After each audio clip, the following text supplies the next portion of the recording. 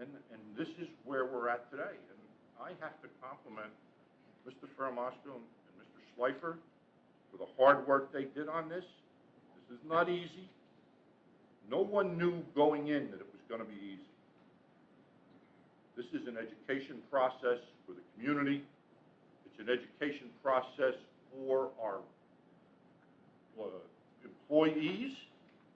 And it's an education process for us as we have to adjust the financial stress that we're under.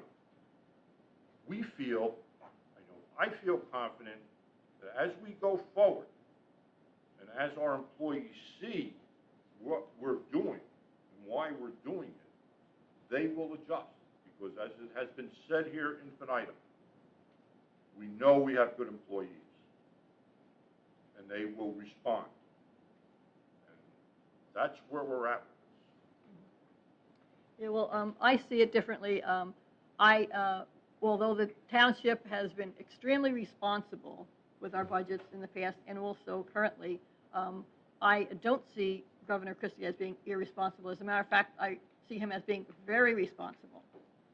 There are other towns that perhaps cannot control their spending the way we do. And for the good of all the residents in New Jersey, to keep the residents here, to attract the businesses back to town, so we can increase our rateable base. We cannot increase our rateable base no matter how many economic development groups we have. If the companies are fleeing the state, we have to keep those companies in this state. But back to my original premise. Governor Christie did take away some additional $600,000. So this budget does not include $158,000 to replace 2 DPW workers. Well, and that $158,000 for 2 DPW workers, I think that may be a little on the high side. And also it does not include money to replace police officers. It just doesn't, because it's an austere time. So how can we say that if we don't combine these departments, we're going to hire 2 men? Because we don't have the money. We may say we want to hire 2 men, but we don't have the money. So that's a moot point right here as far as saving money. It's not there to be saved. Hi, Ed. All right, point well taken.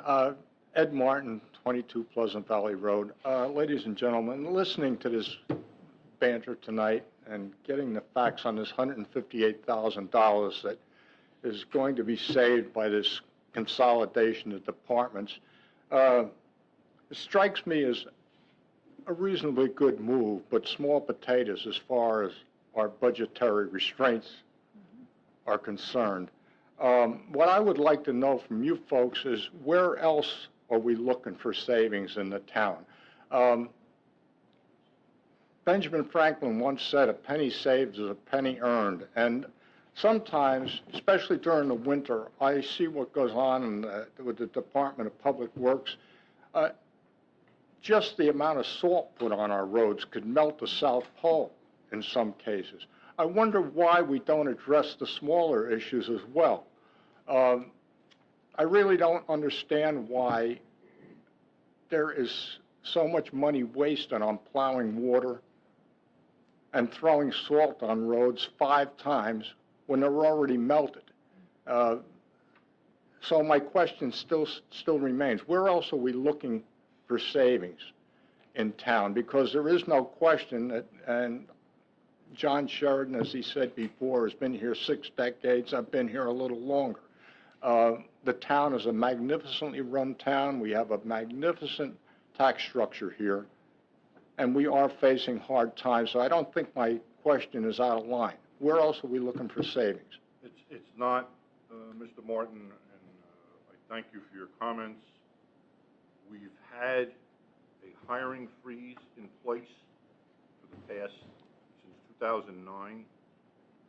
So we did, in fact, encumber the employees by not replacing men or ladies, depending on the job descriptions or who applies for those jobs. In addition to that, we did not give raises out or increases last year. We were, at the end of the year, able to provide a stipend bonus to the employees that didn't affect their pension contributions or their Social Security contributions that the town would normally have to contribute to if those were actually raises in salary. We've, last year, eliminated any improvements to the roads. And now, this year, we have to make that up. We have to get back on cycle in terms of keeping our infrastructure in place. You and I both know, and I'm sure the public does as well, I don't mean to make this personal with you, but if we don't address our infrastructure, it's more expensive each year as we go forward. So we've in this budget, we're trying to get our road calendar improvement, if you will, back on track. Okay?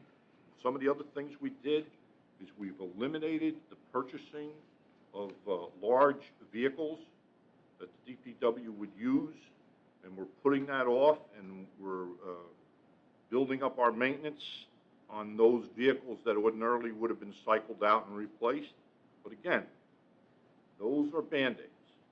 And certainly going forward, that will catch up to us. And I think it's important that we all understand that even though we have an Economic Development Activity Committee that was created this year, and we have a very fine ambassador and very fine committee running that program, it'll take us 36 months to bring that rateable online from the time they begin the application process. I am working diligently with the Planning Board, as Mr. Firmaska is, working with the Board of Adjustment to try and emphasize that as our ratables shrink, we have to adjust. We can't stay in that same paradigm where we have had the luxury of an Alcatel-Lucent carrying the burden. We don't have that anymore. I have, through the administrator, set up appointments with various interested builders and developers who we are trying to encourage to come into town, and I'm hopeful that those meetings will be successful. I, as a representative of the community, as a township committeeman, and as the mayor, and as a resident to this town, will not be responsible for turning this into a second-class community. We will maintain our suburban appearance. We will maintain our quality of life as we know it. These initiatives that we're taking are not the end. These are the beginning. And as we go forward, committee, colleagues on the committee, we know what we have to do. And we may have different ways of approaching the issue. At some point, we build consensus, and then we go forward. And that is basically where we're at and why we're doing this. It's not a situation where tonight we're here discussing the budget or discussing final passage of this ordinance, which will integrate these two services and departments, and then we're going to walk away and all go home singing in the wind. It's the beginning.